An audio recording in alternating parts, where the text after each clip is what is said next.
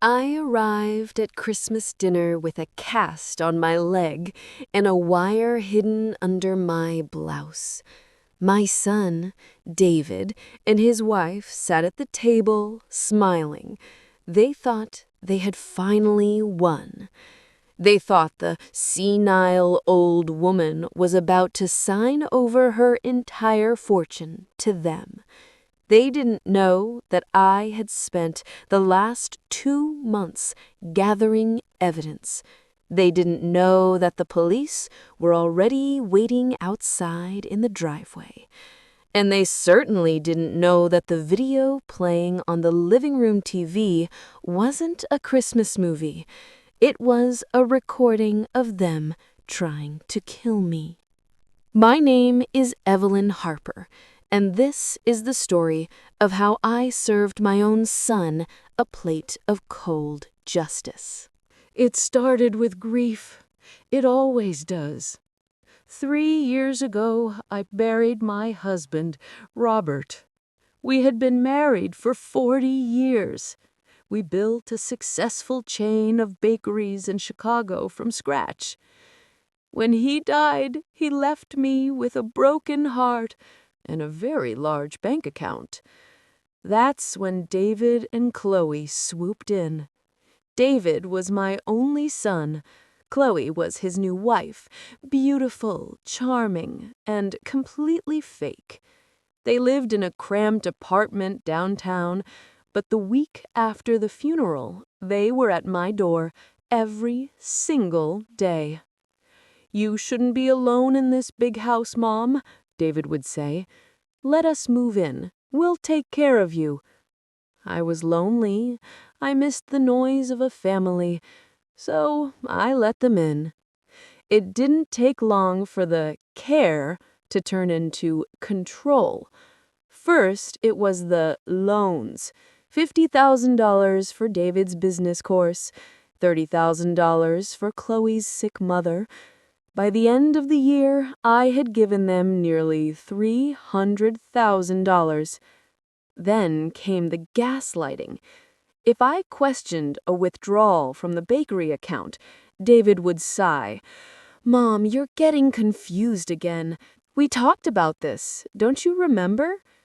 They made me feel like I was losing my mind. But the truth came out on a Tuesday morning. I overheard them in the kitchen. "She's healthy as a horse," she hissed. "I can't wait 20 years for her to die, David. We need that money now." "We'll get it. We just need to prove she's incompetent. Once we get guardianship, we dump her in a home and sell the bakeries." I froze. My son wasn't taking care of me. He was waiting for me to die. I didn't confront them. I hired a professional. I found a private investigator named Miller. He dug into Chloe's past, and what he found made my blood run cold. Chloe wasn't just a greedy daughter-in-law. She was a predator. She had been married twice before to wealthy, older men. Both men died of sudden heart failure within 2 years of the wedding. Both men left Chloe millions. Miller told me, "Evelyn, this isn't just about theft. You are in danger." He found out they were meeting with a shady lawyer to declare me mentally unfit. They were planning to drug my food to make me appear delirious in court. So I fought back. I installed hidden cameras in every room of my house. I stopped eating anything Chloe cooked. I documented every dollar they stole. I was building a fortress of evidence, but they were getting impatient. It happened in December. I was coming back from the grocery store, carrying bags up the front steps. I reached the top landing. I felt 2 hands slam into my back. It wasn't a stumble, it was a shove. I fell hard. I heard the snap of my ankle before I even hit the concrete. I screamed in agony, rolling over to look up. Chloe was standing there. She didn't look scared. She looked satisfied. Then David came out. He looked at me, his mother lying broken on the ground, and he laughed. Consider that a lesson, Mom.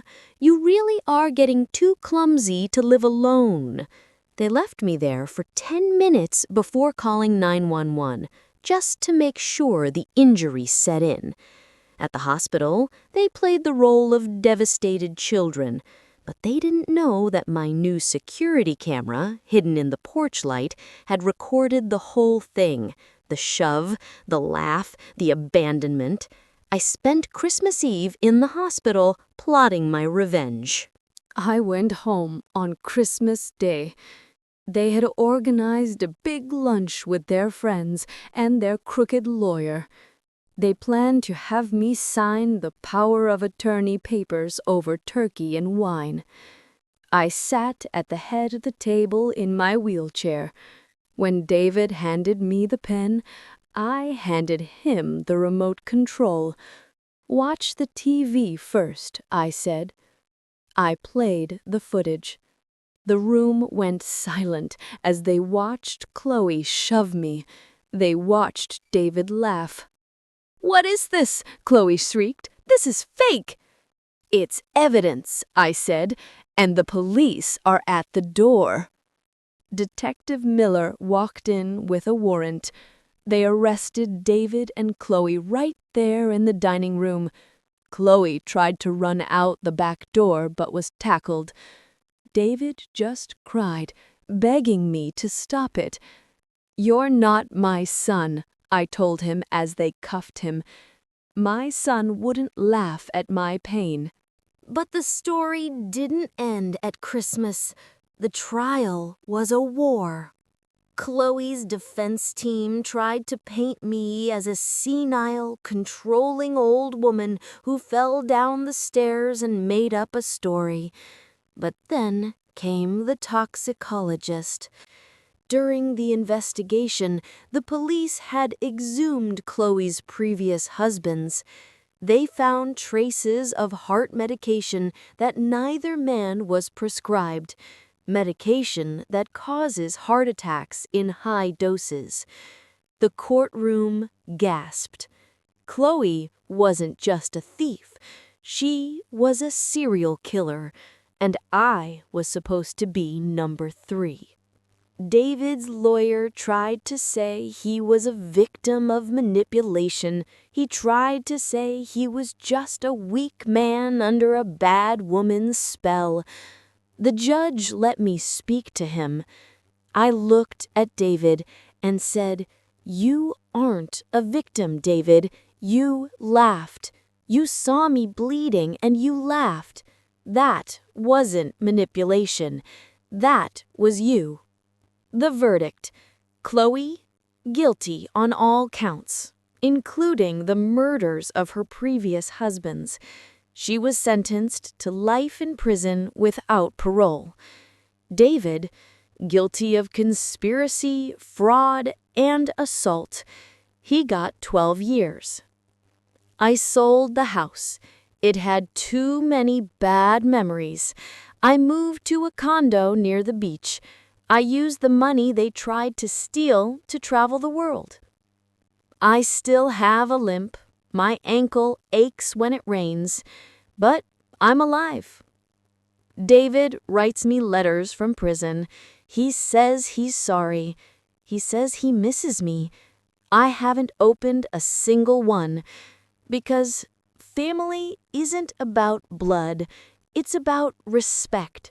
And if you try to take my life, you lose your place in it.